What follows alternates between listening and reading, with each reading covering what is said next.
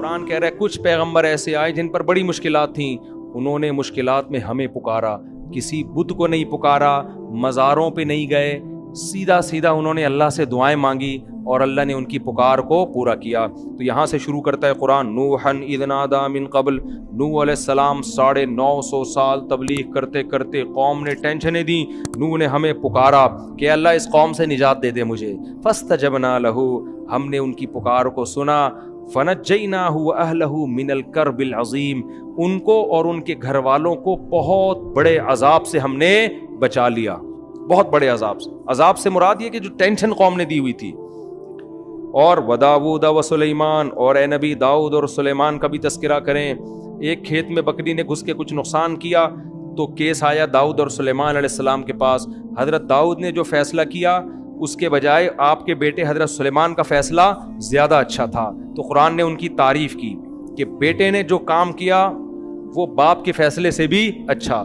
لیکن قرآن کہتے ہیں ہم نے دونوں کو علم دیا، اور ہم نے داؤد علیہ السلام کے لیے پہاڑوں کو مسخر کر دیا اور پرندوں کو بھی۔ پرندے اور پہاڑ، داؤد علیہ السلام جب تسبیح پڑھتے تو پرندے بھی اور پہاڑ بھی ان کے ساتھ لا الہ الا اللہ کا ذکر کرتے۔ یہ معجزہ تھا داؤد علیہ السلام کا۔ یہ معجزے کیوں ملے یہ میں پہلے درسوں میں بیان کر چکا ہوں۔ داؤد علیہ السلام کی بہادری تھی نا، جالوت کو قتل کیا تھا انہوں نے، بھول گئے کیا آپ لوگ؟ اچھا آگے قرآن کہہ رہا ہے وَعَلَّمْنَاهُ صَنْعَةَ لَبُوسٍ لَكُمْ، اور ہم نے ان کو زرہیں بنانا سکھایا داؤد علیہ السلام کو جنگوں کے لیے، تلواریں اثر نہ کریں۔ لوہے کے لباس، لوہے کی ٹوپیاں بناتے تھے داؤد علیہ السلام، لوہا ہاتھ میں پگھلا دیا تاکہ سخت لڑائیوں میں یہ لوہا کام آئے۔ دیکھو اللہ نے کیسے اسباب کے ساتھ جوڑا ہے نا جہاد کو۔ اللہ یہ بھی کر سکتا تھا اے داؤد ہماری مدد آپ کے ساتھ ہے، آپ کو کیا جنگی ٹوپی کی اور جنگی ڈریس کی ضرورت ہے، آپ جائیں ایسے ہی جائیں، اللہ کی مدد خود بخود آسمان سے اترے گی۔ بھائی جو آپ کر سکتے ہیں آپ کو کرنا پڑے گا۔ جب میدان میں تیر چلتے ہیں، تلواریں چلتی ہیں تو گوشت پہ لگیں گی تو گوشت کٹے گا، تو اس کے لیے ڈیفنس ہے۔ ہمارے نبی بھی جنگی ٹوپیاں پہن کے میدان جہاد میں جاتے تھے۔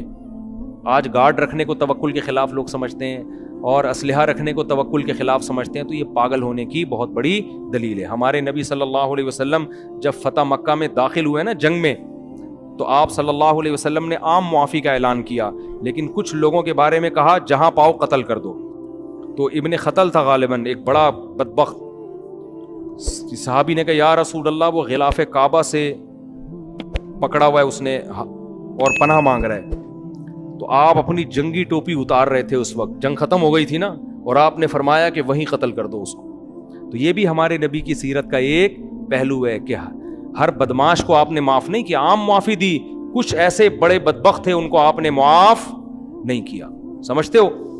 تو تبھی کہتے ہیں نا، نہ اتنے میٹھے بنو کہ لوگ کھا کے ختم کر دیں، نہ اتنے کڑوے بنو کہ لوگ تھوکنا شروع کر دیں۔ اخلاق کی بھی ایک باؤنڈری ہے اور انتقام کی بھی ایک باؤنڈری ہے۔ اصل تو معاف کرنا ہی ہے، افضل تو یہی ہے، لیکن اس کی بھی ایک لمٹ ہے۔ خیر ہمارے نبی جنگی ٹوپی پہنا کرتے تھے میدان جہاد میں تاکہ سر پہ تلوار اثر نہ کرے۔ تو آج کہتے ہیں کہ نہیں جی ہیلمٹ پہن کے بائک نہیں چلاؤ، بڑا فنٹر بنا ہوتا ہے، ویلیاں بھی لگا رہا ہے۔ ہم بچپن میں کبھی ڈیفینس جاتے تھے، وہ لڑکوں کی ریسنگ ہو رہی ہوتی تھی، تو ایک ویلی لگا رہا تھا، سر کھل گیا اس کا، بہت بڑا فنٹر بنا ہوا تھا کہ 3 دفعہ سر کھلا تھا اس کا۔ سر کھلنا سمجھتے ہیں، نیچے گرا اور سر پھٹ گیا۔ اس کے ابا نے پھر پابندی لگائی، پھر بھی لگا رہا تھا ویلی، اب تک میرا خیال ہے انا للہ ہو چکا ہوگا۔ تو اس لیے انسان کے بچے بنو، کوئی وہ کام کرو جو بہادری کے جوہر دکھانے ہیں تو جاؤ میدان جنگ میں جا کے دکھاؤ نا، جہاں کچھ فائدہ تو ہو اس بہادری کا۔ قرآن کہتا ہے کہ ہم نے سلیمان علیہ السلام کے لیے ہواؤں کو مسخر کر دیا، جنات کو سلیمان علیہ السلام کا تابع بنا دیا، سمندروں میں غوطے لگاتے تھے اور ہیرے جواہرات لے کر آتے تھے۔ اور کیا تھا؟ ایوب اذ نادی ربہ، ایوب کو بھی یاد کرو جب کئی سال بیماری میں مسلسل اتنی خطرناک بیماری میں پڑے رہے ہیں، بالآخر اللہ نے ان کی دعا قبول کی، انہوں نے کہا ربی انی مسنی الضر، اے اللہ مجھے بہت پریشانیاں پہنچ گئی ہیں، وَأَنْتَ أَرْحَمُ الرَّاحِمِينَ، تو سب سے زیادہ رحم کرنے والا ہے، میری مدد کر۔ فَاسْتَجَبْنَا لَهُ، اللہ کہتے ہیں ہم نے آپ کی مدد کی، آپ کی پریشانیوں بیماری کو بھی دور کیا اور آپ کو آپ کا اہل و عیال بھی واپس لوٹا دیا۔ اور پھر اللہ نے حضرت اسماعیل ادریس علیہ السلام کا ذکر کیا اور ذوالکفل علیہ السلام کا، اور دو بس مختصر. پھر اللہ نے یونس علیہ السلام کا تذکرہ کیا کہ مچھلی والے کا بھی تذکرہ کرو.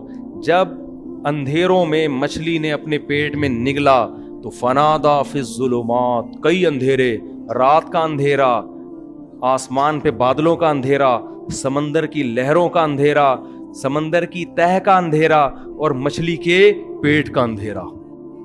اس میں اللہ کو پکارا، اے اللہ میں تیری پرمیشن کے بغیر قوم کو چھوڑ کر آ گیا، یہ تیرا، تو ہر عیب سے پاک ہے، یہ سزا مجھے میری غلطی کی وجہ سے ملی ہے. سبحانکا، تو عیب سے پاک ہے، انی کنت من الظالمین، میں ہی ظالمین میں سے ہوں. کیا مطلب؟ میں اپنی غلطی کا اعتراف کرتا ہوں. قرآن کہتا ہے فاستجبنا لہ، ہم نے ان کی پکار کو سنا، ونجیناہ من الغم، اور ہم نے ان کو غم سے نجات دی. کہاں گئے وظیفے بھائی؟ یونس علیہ السلام نے کوئی وظیفے کیوں نہیں پڑھنا شروع کر دیے وہاں بیٹھ کے؟ پیغمبروں میں آپ کو وظیفے نہیں ملیں گے، دعائیں ملیں گی، دعائیں. آج یہی لا الہ الا انت سبحانک انی کنت من الظالمین جو ہے نا 1000 دفعہ پڑھ لیں گے، جائز ہے، میں منع نہیں کر رہا. ادھر ادھر گانے بجانے سے تو بہتر ہے کچھ اللہ کا نام وظیفوں کے طور پہ پڑھ لو. لیکن جو روح کیا ہے، روح یہ نہیں ہے کہ آپ پڑھو، روح یہ ہے کہ مانگو. یونس علیہ السلام نے لا الہ الا انت کا وظیفہ نہیں پڑھا، بلکہ اللہ سے دعا مانگی عاجزی کے ساتھ کہ مجھے بچا لے اس غم سے، تو اللہ نے بچا لیا. پھر قرآن کہتا ہے اور زکریا کا بھی تذکرہ کریں، بڑھاپے میں بیوی 5 اور اللہ سے دعا مانگ رہے ہیں، اے اللہ مجھے اکیلا نہ چھوڑ، تو بہترین وارث ہے، مجھے بھی کوئی وارث دے دے. اللہ کہتے ہیں فاستجبنا لہ، ہم نے ان کی پکار کو قبول کیا.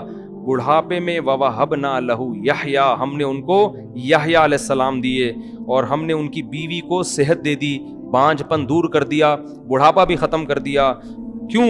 یہ ایسے عجیب و غریب کام ان کے لیے کیوں ہو رہے تھے بھائی؟ نارمل لوگوں کے لیے عام طور پر ایسا ہوتا نہیں ہے بڑھاپے میں اولاد مل رہی ہو. قرآن کہتا ہے انہم کانوا یسارعون فی الخیرات، زکریا علیہ السلام اور ان کی بیوی نیکیوں میں ایک دوسرے سے آگے بڑھتے تھے، صدقات و خیرات میں، نماز میں، عبادت میں، تلاوت میں، یہ ایک دوسرے سے آگے.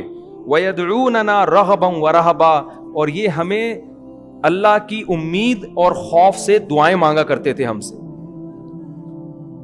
تو اس سے کیا پتہ چلتا ہے؟ وَكَانُوا لَنَا خَاشِعِينَ، اور ہم سے ڈرتے تھے. اس سے پتہ چلتا ہے جس گھر میں اللہ کی عبادت ہو، صدقات و خیرات کا معمول ہو، اور جس گھر میں دعائیں مانگنے کا معمول ہو، تو پھر ان کے ساتھ اللہ تعالیٰ ایسے معاملات کرتے ہیں جو دوسروں کے ساتھ نہیں کرتے. بڑھاپے میں اولادیں مل رہی ہیں ان کو، اور آج گھروں میں یہ سارا ماحول کیا ہو گیا ہے؟ ختم. ہر وقت موبائل گیم چل رہے ہوتے ہیں، ڈرامے چل رہے ہوتے ہیں، گانے چل رہے ہوتے ہیں، فلمیں چل رہی ہوتی ہیں. تو پھر اللہ کی مدد کہاں سے آئے گی بھائی؟ جو اللہ کی خاطر گناہوں سے بچتے ہیں، گھر میں عبادت کا ماحول ہوتا ہے، تو اللہ ان کے ساتھ ایسے کام کرتے ہیں، ایسا پروٹوکول دیتے ہیں تو دوسروں کے ساتھ نہیں. بس ایک آیت پڑھ کے بیان ختم کرتا ہوں.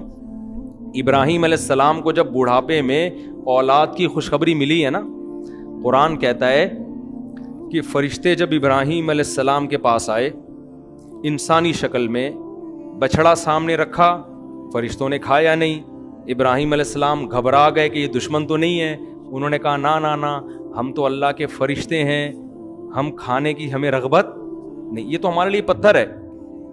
ابراہیم علیہ السلام کی جو زوجہ تھی نا، بوڑھی، وہ حضرت سارہ، وہ دروازے پہ کھڑی ہوئی تھی. بوڑھی عورتیں جو ہے نا، وہ دروازے پہ کان لگا کے سن رہی ہوتی ہیں. اگر ان کو خطرہ ہوتا ہے کہ پتہ نہیں کوئی، کیونکہ انہوں نے دیکھا نا اجنبی بندے ہیں. ویسے اصولی طور پر کوئی بندہ آپ کے شوہر کے ساتھ بات کر رہا ہو نا، تو عورت کو چاہیے کان لگا کے نہ سنے. خواتین سن رہی ہوتی ہیں، دیکھو کوئی دوسری شادی کی بات تو نہیں چل رہی کہیں. موبائل میں بھی جھانک رہی ہوتی ہیں کہ یہ ستار واقعی ستار ہے، کائنات تو نہیں ہے کہیں یہ. تو تجسس کرنا اچھا کام نہیں ہے. لیکن حضرت ابراہیم کی زوجہ دروازے پہ کیوں کھڑی ہوئی ہیں؟ خوف تھا نا کہ پتہ نہیں کوئی دشمن تو نہیں آئے ہیں. کون ہیں یہ لوگ؟ کبھی دیکھا بھی نہیں ان کو اس علاقے میں، اور بڑے خوبصورت جوان. تو انہوں نے کہا ہم اللہ کے فرشتے ہیں اور آپ کو اولاد کی خوشخبری سنانے کے لیے آئے ہیں کہ اللہ آپ کو بیٹا دے گا، اسحاق. اور پھر بیٹے کا بھی بیٹا ہوگا, پوتا بھی ہوگا, ان کا نام کیا ہوگا؟ یعقوب. بیٹے کی بھی خوشخبری اور پوتے کی بھی. تبھی تو حضرت ابراہیم نے حضرت اسحاق کی بالغ ہوتے ہی شادی کرا دی تھی, ٹھیک ہے نا, ان کو پتا تھا کہ اللہ ان سے بھی اولاد دے گا مجھے. تو بچوں کی جلدی شادیاں کرا دیا کرو, اس سے یہ ہوگا کہ وہ جو پوتا ہوتا ہے نا وہ بھی آپ ہی کی اولاد ہوتا ہے, سمجھتے ہو؟ لوگ کہتے ہیں تو میرے بچے کے بچے ہیں, تو آپ کے بھی تو ہیں نا وہ. تو بچوں کی جلدی شادی کرانے میں بڑا فائدہ کیا ہے, آپ کو بھی اولاد مل جاتی ہے. خیر, تو اب جب ابراہیم علیہ السلام کی زوجہ نے یہ سنا کہ فرشتے کہہ رہے ہیں کہ آپ کو اولاد ملے گی, تو قرآن کہتا ہے وہ اندر آئیں فسقت وجہہا, ایسے ماتھے پہ یوں, جیسے عورتیں نہیں کہتی ہائے ناس, کیسی باتیں کر رہے ہو, کہنے لگی یا ویلتا, ہائے کمبختی, ہائے ناس, الیدو, میرے اولاد ہوگی, میں اتنی بوڑھی, میرے اولاد ہوگی, وانا عجوز, میں تو بڈھی ہو چکی ہوں. عجوز کہتے ہیں بالکل بڑھاپے کی انتہا کو پہنچی ہوئی. وہذا بالی شیخا, اور یہ میرا شوہر یہ بھی بڈھا ہے بھائی, اشارہ کر رہی ہیں, ہاذا اشارے کی طرف, یہ بوڑھا, اس کی اولاد ہوگی اور میں بھی, اور پھر ایسے نا ماتھے پہ یوں کر کے مارا ہے, اور کہنے لگے ناس ہو تمہارا, تباہی ہے.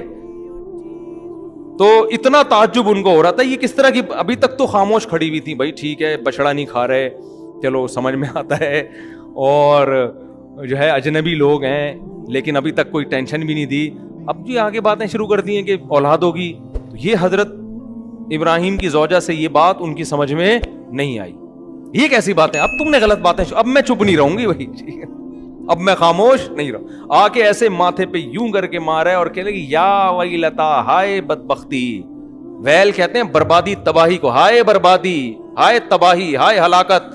الیدو, میرے اولاد ہوگی, وانا عجوز, میں اتنی بڈھی, وہذا بالی شیخا, اور یہ میرا میاں یہ بھی اتنا بوڑھا. تو اب جو میں پوری بات بتانے کے لیے میں آیت پڑھی نا, تو فرشتوں نے کیا کہا, اتعجبین من امر اللہ, اللہ کے آرڈر پہ تمہیں تعجب ہو رہا ہے. رحمت اللہ وبرکاتہ علیکم اہل البیت, اے گھر والو تم عام لوگوں کی طرح نہیں ہو, تم تو سلیکٹڈ خاندان ہے تمہارا, تم نے شرک کے راستے کو چھوڑا, تمہارے گھروں میں سخاوت ہے. سخاوت تھی نا کہ مہمان آ کے بیٹھے ہیں, ابھی پوچھا نہیں ہے کون ہو کہاں سے آئے ہو, بچڑا پہلے لا کے رکھ دیا. ہم تو کباب چائے نہیں لا کے رکھتے پہلے, بھائی تو بتا, میں تو نالائق آدمی ہوں, میں تو اسی طرح کرتا ہوں, بندہ ہے کون بھی کہاں سے آیا, کیوں آیا, بغیر پوچھے آیا, اتنے سارے ہمارے یہاں تو پریشانیاں ہیں نا. اور بعض دفعہ تو لوگ چائے کا پوچھ اس لیے رہے ہوتے ہیں تاکہ وہ کہے, میں بتاتا ہوں نا, ہمارے ایک دوست گئے اپنے کسی گھر میں, ان سے پوچھا کہ آپ نے کھانا کھا لیا, انہوں نے کہا نہیں کھایا. مجھے خود بتا رہے تھے, کہہ رہے مجھ سے پوچھا کھانا کھا لیا, میں نے کہا نہیں کھایا. کہہ رہے کھایا ہوتا تو چائے پلاتا آپ. چائے سے بھی گئے اور کھانے سے بھی گئے. یہ تو ہماری سخاوت ہے. تو کیسی سخاوت, ابھی مہمان آیا ہے, بچڑا پورا روسٹ کر کے سامنے لا کے رکھ دیا ہے, پھر دیکھ رہے ہیں کہ بھئی ہاتھ جا ہی نہیں رہے. تو یہ تو بھائی تمہارا تو خاندان سخی ہے, توحید پرست ہے, عبادتیں ہوتی ہیں. کوئی عام لوگ تعجب کرتے کہ بڑھاپے میں اللہ اولاد دے رہا ہے, تو تعجب بنتا ہے. تو فرشتے کہہ رہے ہیں کہ تعجب ہمیں آپ کی باتوں پہ ہو رہا ہے. رحمت اللہ وبرکاتہ علیکم اہل البیت, اے اہل بیت تم پر تو اللہ کی رحمتیں اور برکتیں ہیں. انہ حمید مجید, کیا مطلب, وہ اللہ بڑا قابل تعریف اور بزرگی والا ہے. یہ کیسی تعریف ہے اس کی کہ تم اس کے لیے قربانیاں دو اور وہ تمہارے لیے کچھ بھی نہ کرے. وہ تو قابل تعریف ہے, جتنا تم کرو گے وہ کئی گنا اس سے تمہارے لیے زیادہ کرے گا. تو یہ میں پوری تقریر اس لیے کر رہا ہوں, گھروں کے ماحول کو صحیح کرو, سمجھتے ہو, گھروں میں کچھ تعلیم کا تلاوت. تبھی تو حدیث میں آتا ہے کہ سنتیں گھر میں پڑھنی چاہیے تاکہ بچے بھی عبادت سے تھوڑے سے مانوس ہوں, تلاوت ہو. میرے والد صاحب کو اللہ مغفرت فرمائے, جب آفس سے آتے تھے نہا کے سب سے پہلے قرآن لے کے بیٹھ جاتے تھے اور اونچی آواز سے تلاوت کرتے تھے. پوری زندگی ان کا معمول ہم نے دیکھا. جب ان کا انتقال ہوا ہے تو اس دن تلاوت کی آواز گھر میں نہیں آئی ہمیں, اس کے بعد سے اب تک نہیں آئی. تو وہ ایک احساس ہوا کہ یار, اور بڑی پیاری آواز میں تلاوت کرتے تھے. تو ایک دم احساس ہوا کہ یار ہمارے گھر سے ایک رونق چھن گئی. یہ روزانہ ان کا معمول تھا, اور ایک خاص اسٹائل میں بیٹھتے تھے, ٹوپی اتار کے, ٹھیک ہے نا, کیونکہ گرمی ان کو بہت لگتی تھی. ٹوپی اتار کے بالکل گریبان کھول کے ایسے بیٹھ کے حافظ تھے ماشاءاللہ, تو روزانہ پابندی سے قرآن کی تلاوت کرتے.